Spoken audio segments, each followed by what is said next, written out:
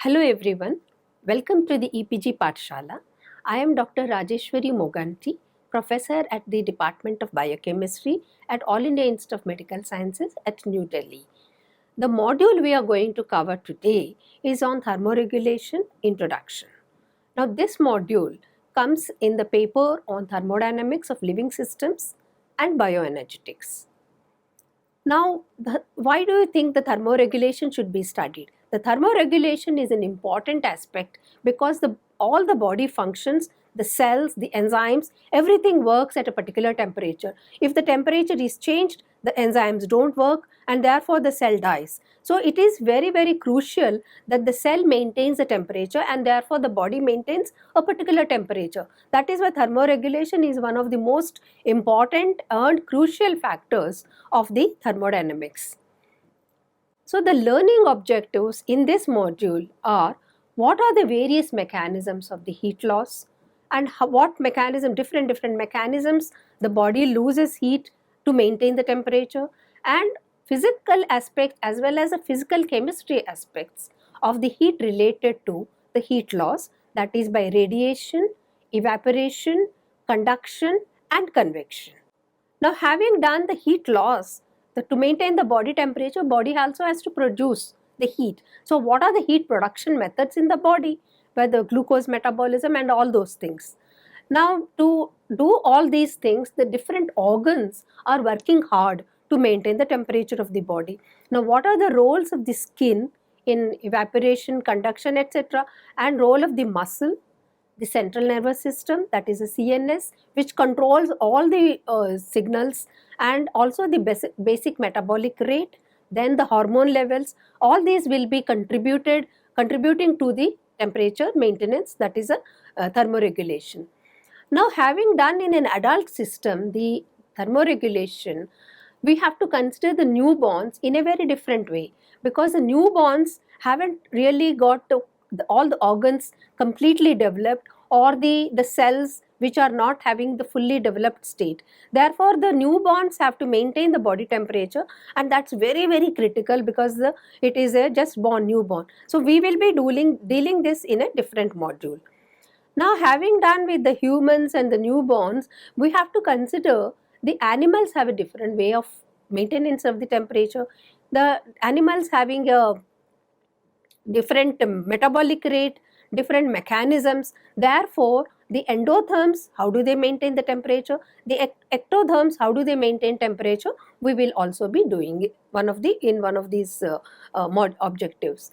Then, having done all these by understanding from the point of view of the biophysics, we have to see that how can you calculate the body, how much radiation that is giving or how much energy that is giving. So this is a fundamental aspect of the biophysics of the thermoregulation. So you will be using a number of equations, and based on those equations you should be able to solve and determine how the amount of energy that is radiated. So these are the basic objectives which you will be dealing in this thermoregulation. What is thermoregulation? Now, thermoregulation is the balance between heat loss and heat produced by the organism. The term thermoregulation is sometimes also referred as temperature homeostasis. Now, what is homeostasis? Homeostasis is a property of the system in which the variables are regulated so that the internal conditions remain stable and relatively constant. The core temperature of the human body. The core temperature of the human body is maintained between 36.5 degrees to 37.5 degrees centigrade, which in terms of the Fahrenheit, it is called 97.7 to 99.5 degree Fahrenheit. So this is the range, but generally the body temperature is expressed as 37 degrees centigrade or 98.6 degree Fahrenheit. Now, what is the conditions under which the body temperature maintains at this particular temperature?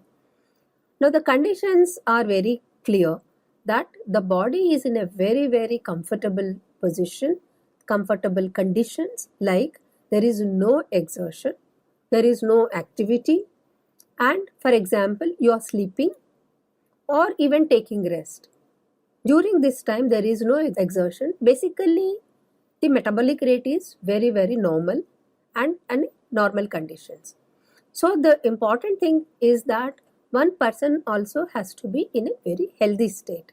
So these are the conditions under which we say that the core temperature of the human body is at 37 degrees centigrade. So now what we have understood is the body's temperature, which is maintained at 37 degree under healthy conditions without exertion. But there are also terms you must have come across called hypothermia and hyperthermia. As the name suggests, hypo means low and hyper means high. So these terms can be used in conjunction with any other parameter, and here what we call it as a hyperthermia. Hyper means high. So what is high? The body temperature goes up now above the normal temperature, that is a healthy state condition. Now this is a condition where you have a fever or an infection, or even in some diseases like stroke. These are the conditions, any kind of a disease condition, the body temperature can go up. And all of you one time or the other might have experienced that there is a high temperature, but if the body temperature goes beyond 105 or 107 degrees, then it becomes very severe and the person can have a life-threatening state. Under such conditions, one has to see the doctor. Otherwise, normally take the temperature. For bringing down the temperature, you are used to take the paracetamol as lowering the temperature, but that again does not take away the disease. It is only temporarily decreasing the body temperature, because the cellular function as well as the body function totally will be imbalanced, and there will be a very crucial state if the body does not maintain the temperature. So it is necessary for the body to come to normal temperature before it is attacked by the other organisms or any other bacteria or any other infection. So the hyperthermia can be very life-threatening state. Now, having learned the hyperthermia, it is the opposite, the hypothermia. Now the hypothermia, that is a lowering of temperature below the body temperature, is also can be a life-threatening, but under normal condition the body fights back and brings it back to the body temperature. Now any temperature below 98.6 degrees can be called as a hypothermia.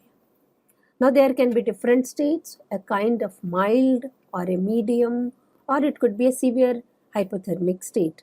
Now the mild hypothermia is generally referred if the temperature of the body core temperature goes below or up to 96 degrees, that is from 98.6 degrees to 96 degrees.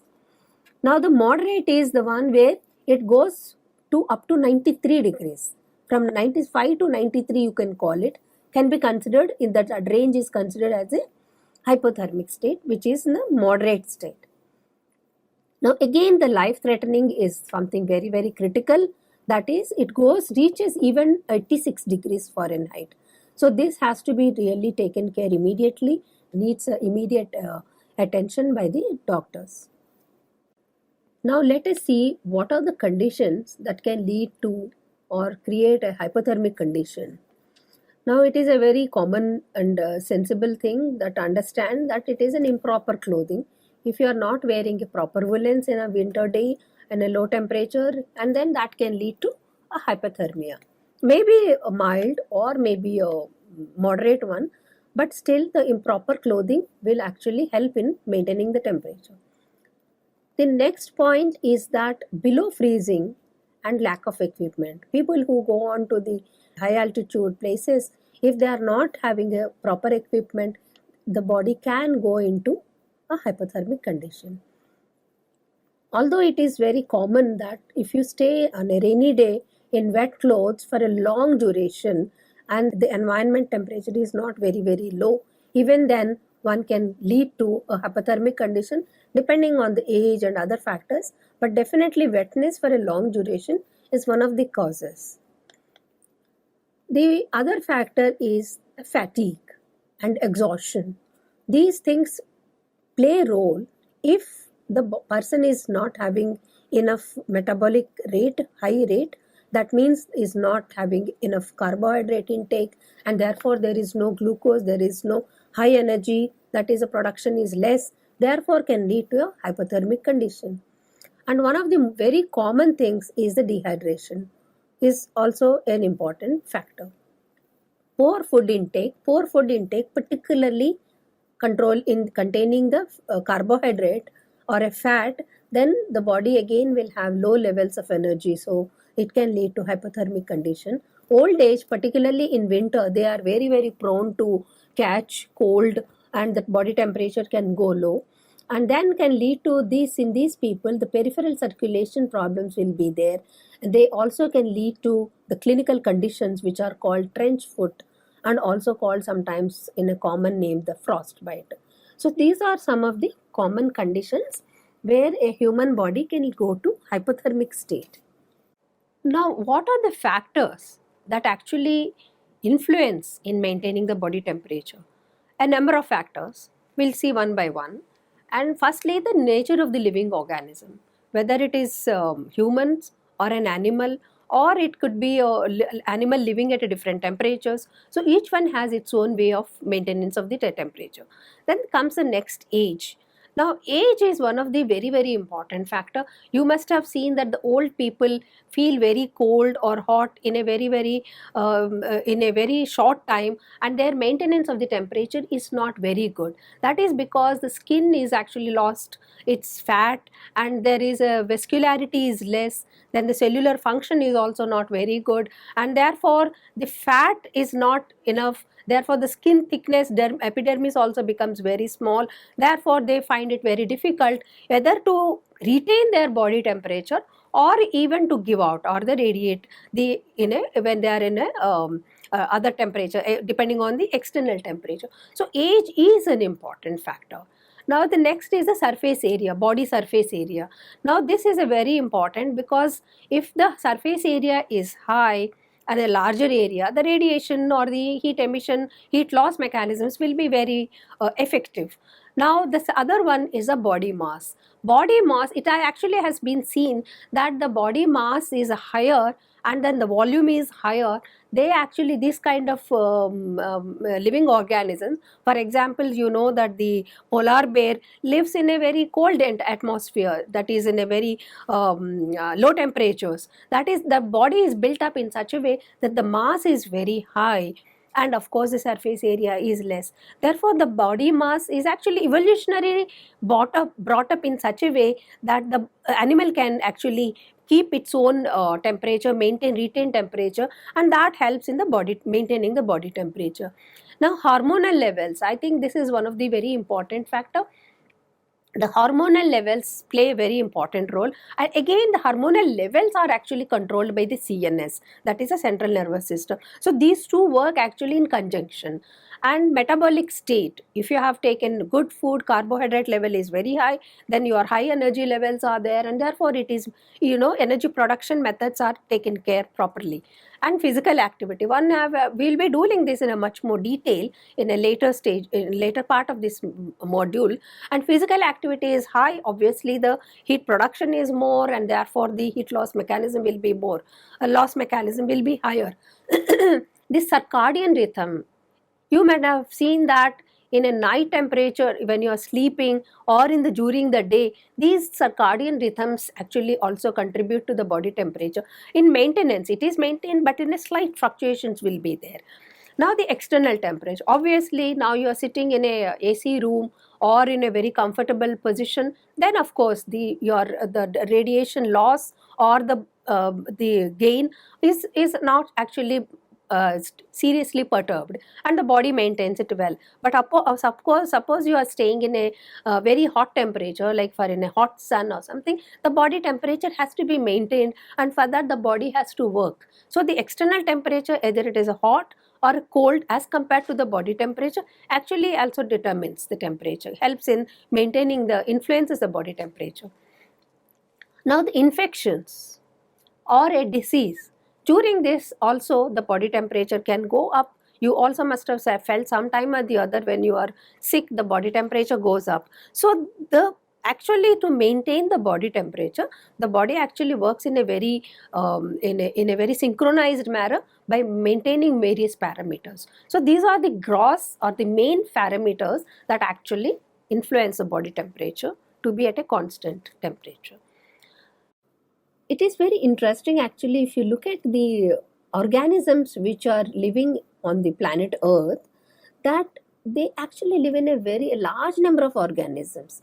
They actually live in a very narrow range, that is between 10 to 30 degrees. So the evolutionarily the organisms have developed around this temperature. Now in this figure you see that the red area, that is mostly the central part of the world, is between where the organisms survive between 10 to 30. Of course the polar regions which are cold temperatures, there are some organisms but very less of number of organisms. The thermoregulation. The thermoregulation, whenever there is a regulation, it means it has to be maintained. Maintained between what? The heat loss and heat gain. Now there is a very good fulcrum between heat loss mechanisms and heat gain mechanisms. On your left you see that there is a heat loss where it is maintained by evaporation, radiation, conduction and convection. Whereas in heat gain mechanisms, you have heat production by the carbohydrate metabolic, or by exercise, again you will increase the metabolic rate, or shivering, one of the very common phenomena or the body's own mechanism to bring back the temperature to the normal, and that is the shivering in cold temperatures. And of course external heat, suppose you have kind of staying in a heater, in front of a heater in winter conditions, that external heat also helps in bringing back the temperature to the normal. So there is a very nice fulcrum that is maintained by the body, beautifully maintained between heat loss and heat gain mechanisms. Now we just saw that the mechanisms of heat loss are grossly 4 major mechanisms. Now this slide shows you the mechanisms which are the radiation. For example, just an animation to show you that the radiation could be a source, like for example from sun, or the radiation. The second mechanism is the evaporation, that where you evaporate particularly on a hot day, and the convection, where the convection currents occur, and that is one of the mechanisms. And the other one, last one, is the conduction, that when you touch something directly conducts, the heat conducts. So these are the mechanisms of the heat loss. Now when you have seen these 4 major mechanisms of radiation, convection, convection and the radiation, but in addition to that, when a person is under exercise, or there is a mechanism in which he or she is having a higher metabolic rate. For example, this slide shows you that a person is running and a marathon, so that means he is having metabolic rate is very high. So one reason that heat is lost is by radiation. The second one is the natural convection. However, here you have another one that is called forced convection. Now the forced convection is actually arising from the foot that is running. During running, the foot is touching the floor, the ground, and therefore during that momentum there is an additional convection that is generated, that is called the forced convection. So in addition to the natural convection, you have a forced convection which is contributing. Now of course the exhalation of the warm and moist gases also one of the mechanism that it is high increased in this state. Now the evaporation and the warm moist air, these are the mechanisms which are in addition to the normal, that you see it in a very active state, for example in a running or during gym or any other exercise. Let us see what are the heat mechanisms and how the body is actually, what are the organs of the body that contribute into these different 4 mechanisms of heat loss. Now the first was radiation. Radiation, the involvement of the body part is skin, and in the convection both the smooth muscles and skeletal muscles actually contribute. In conduction, the skin is a major part. Again, in evaporation, the skin, the sweat glands actually and contribute, but in addition to that, the lungs also help in the evaporation of the heat loss mechanism. Now, when you see this, the normal environmental conditions, all these mechanisms are normal, that they all play part in controlling the temperature. However, let us see that what happens in the high temperature. What in high temperature, which organ is contributing to what extent? Now, the radiation is low, that is understandable.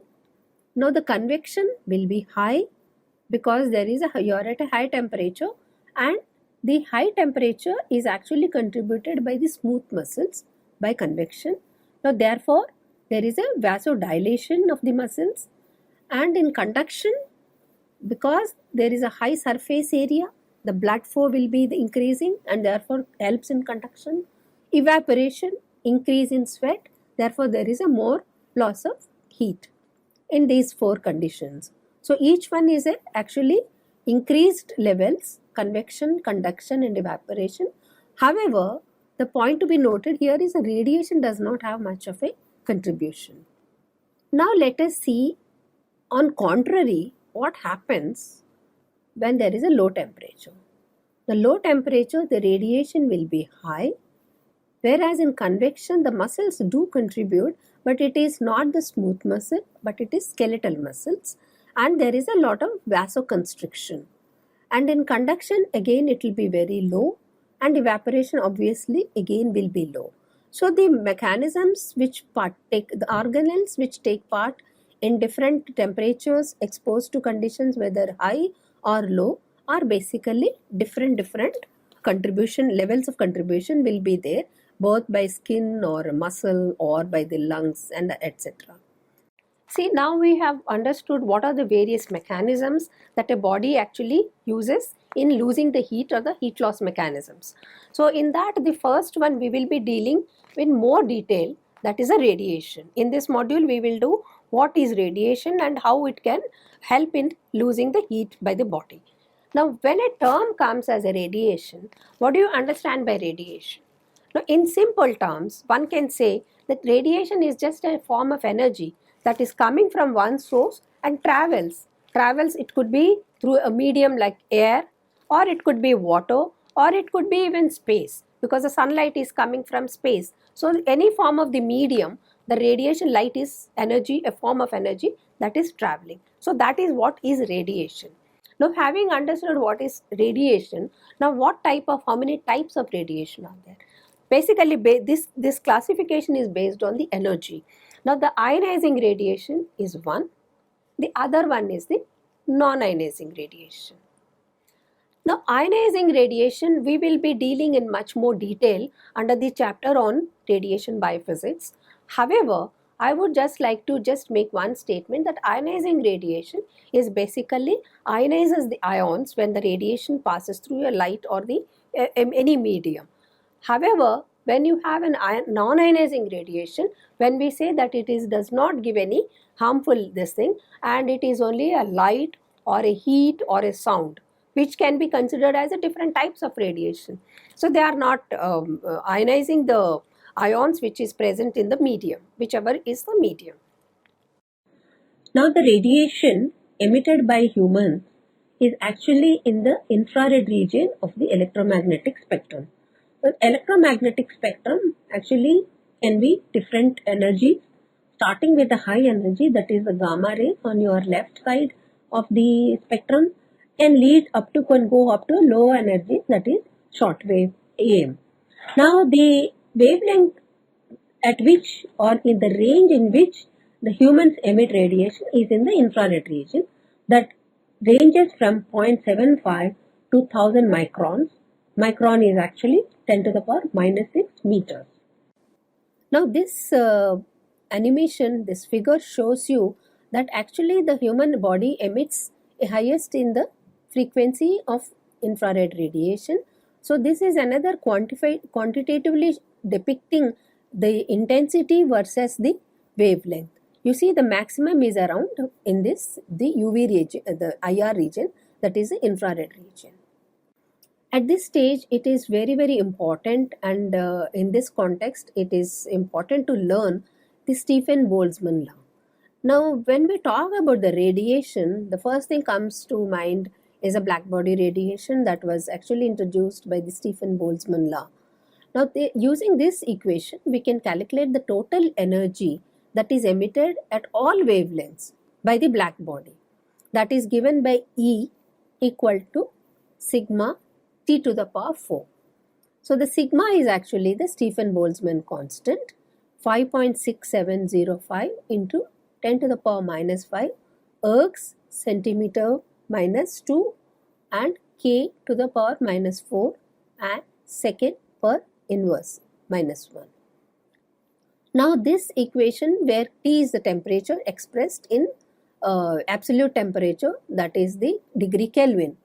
Now, for hot objects other than the ideal radiators, the law is expressed where E is actually 1. So, what does E say? The E is actually to tell you that the emissivity object, if it is an ideal object like black body, the E will be 1. And if the depending on the body that is emitting, any object that is emitting, the E can be from 0 to 1, which are non-ideal. So, the ideal body is the black body, which is considered as E equal to 1, that is the emissivity of the object.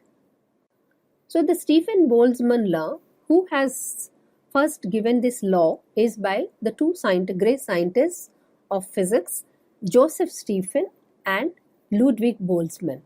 The Stephen Boltzmann law, because it is named after these discoverers, this provides a relationship between the luminosity of an object and its temperature, that is the emissivity and surface area. So, this particular equation where emissivity is a dimensionless number, that is a ratio of the energy of the object, actually radiates to the energy of the object that would radiate if it were a perfect emitter.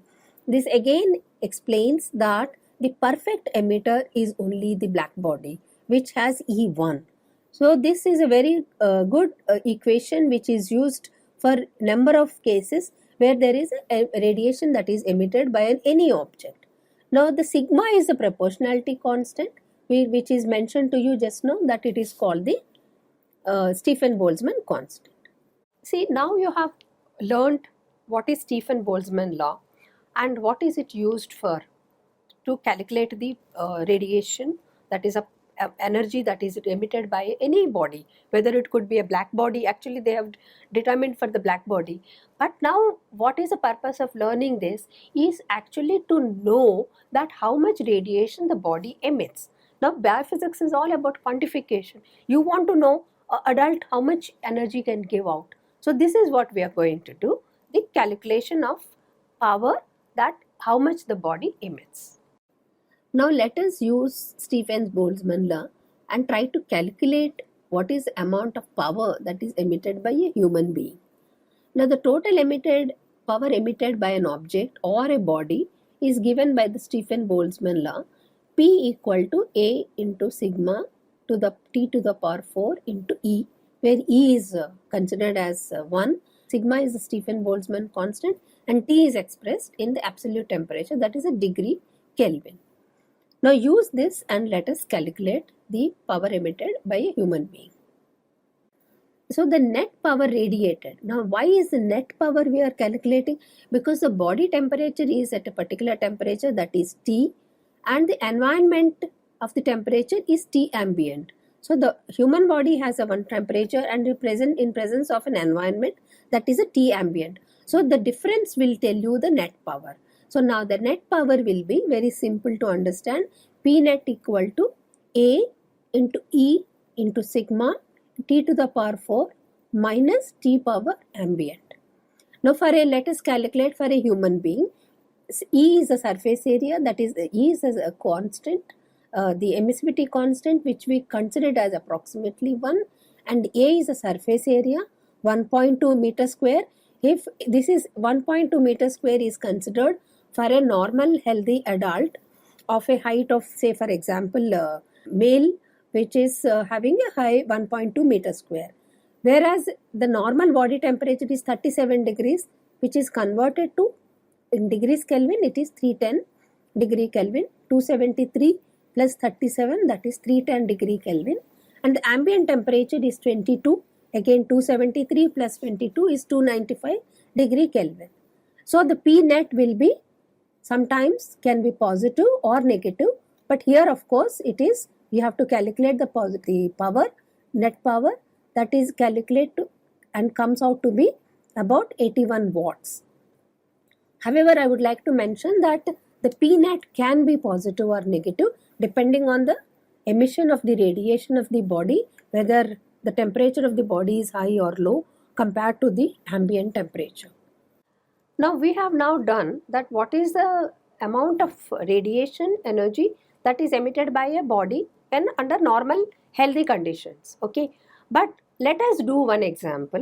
Suppose you are a patient and you are having a very high temperature and having an infection or something like that, and that body temperature will be high, maybe say 100 degree or above 100 degree. So the body temperature is high, and suppose a person is admitted in a hospital, in a say ICU. So the room temperature, that is ambient temperature, is much lower. AC room would be around say 24, 25, 23 degrees centigrade, any one of them. So now we like to calculate, I would like you to calculate that what is the net power of the radiation that is emitted by a person who is having a fever and the body temperature is high and in an environment which is much lower temperature. So by using the same Stefan Boltzmann law, you should be able to calculate the body temperature and the body temperature and the environment temperature. So you have T1 and T2. Okay, now let's do this question. Now let us calculate. You can note down this question, and for a minute after reading the question, you can pause the video that you are watching, calculate and come back to the solution. Now the question is, what is the net power emitted by an adult whose body temperature is 40 degrees and admitted in a hospital whose ambient temperature is 24 degrees centigrade. Now for your ready convenience, I am giving you the values, that is A is 1.2 meter square, a normal individual, and E is 1.0 sigma, that is the Stefan Boltzmann constant. Now you calculate the value, that is what is the net power emitted by an adult. You have completed your exercise, and let us look into the solution. The option A, the 22. If you have got this answer, your calculations are correct, but you will lose 1 mark because you have not introduced the units, which is an important factor. Without the units, it has no meaning. So the first answer, if you have got 22, the answer is wrong. Next one is B, 22 watts. Suppose you have got this answer correct, you will get full marks. However, if you got the answer C, 24 watts, or the answer 4th D, that is 40 watts, then there is something wrong in your calculation or your understanding. So you must go back and learn the equation again and do the calculation. See, now we have calculated the energy that is emitted by the body. Now we know that actually the body emits radiation in the infrared region. This also we have learned. Now what is the advantage or the technique that we exploit the property of the radiation given by a human body in the IR region? Now this is used for a diagnostic purpose in clinical clinics, that how to identify the disease. So that technique is called the thermal imaging. The thermal imaging of a human body can be seen in this IR emission by the body, can be seen in this picture. When you look at this right side figure, the upper part shows the full length body, that is the which shows different color codes, red to light gray or the light blue. This actually tells you that the temperature of the body, core temperature, which shows that actually it is a different variation is there. Red shows 33 and the gray is about 22 degrees. For example, that same thing can be seen more clearly in the lower part of that, where his arm has been shown The red is the palm shows a higher temperature, whereas compared to the inner part of the body, that is a hand, which is showed light green, and therefore the right side scale shows you the temperature, the color coding to the conversion to the coding, that is the temperature to the color code. Now this digital infrared thermal imaging, we can use it for the diagnosis of a human disease. Applications in disease diagnosis. So the first one, you see that the breast abnormalities like breast cancer can be clearly diagnosed with the help of a thermal imaging. The arrow indicates the red, that is the right side breast having the tumor or abnormality. And now the thyroid abnormalities can also be diagnosed using the thermal imaging. So the third case is the peripheral vascular disease. Again, you can see that the imaging can help in diagnosis of the disease. And the fourth is the cerebral vascular. It's very clear the red area pointed is the disease area. The fifth is the musculoskeletal disease, where the abnormalities again are shown. The sixth, the inflammation or the neoplastic condition. Neoplastic means basically cancer, or where is the cells are metabolizing faster, so there is a high metabolic rate, and therefore there is a higher energy, and therefore the radiation will also be high. So these red areas can be used for a diagnostic purpose in diagnosing the human disease. The major advantages and disadvantages of thermal imaging. The disadvantage, it is only a supportive imaging method but cannot be considered as solely diagnostic. Now it can be used along with the X-ray, which gives structural information, and therefore it is not a highly dependable technique. Nevertheless, the advantage is that you need to do a screening of a large population. For example, in airports, you want to screen patients with the diseases or an infection or a bacterial infection or any kind of allergies. They are very useful. You can just quickly say that the person is having a defect, that is a disease or not. But it cannot be solely dependent. But the advantage again is that it can be useful in screening in a large population. So these two advantages and disadvantages have to be kept in mind before using and depending on the thermal imaging. So now just let us recap what we have learned in this introductory chapter module on thermoregulation. Now thermoregulation is basically the maintenance of the body's core temperature, which is maintained in a very narrow range, that is around 37 degrees centigrade. Okay. Now the heat loss and heat mechanisms actually work very closely, and there is a very good fulcrum maintained between the heat loss and heat mechanisms in order to maintain the temperature at body temperature 37 degrees. Now the extreme hypothermia as well as hyperthermia can be very fatal and also life threatening. Now the other factors, that is maintenance of the body temperature, a lot of number of factors that actually contribute, that is the age, the surface area of the body mass, and hormonal levels. Of course, the hormonal levels in association with the CNS, that is the central nervous system, and metabolic rate. For example, in a physical activity, the metabolic rate is high. So all these parameters actually contribute or decide the body temperature. Now the circadian rhythms is another important factor.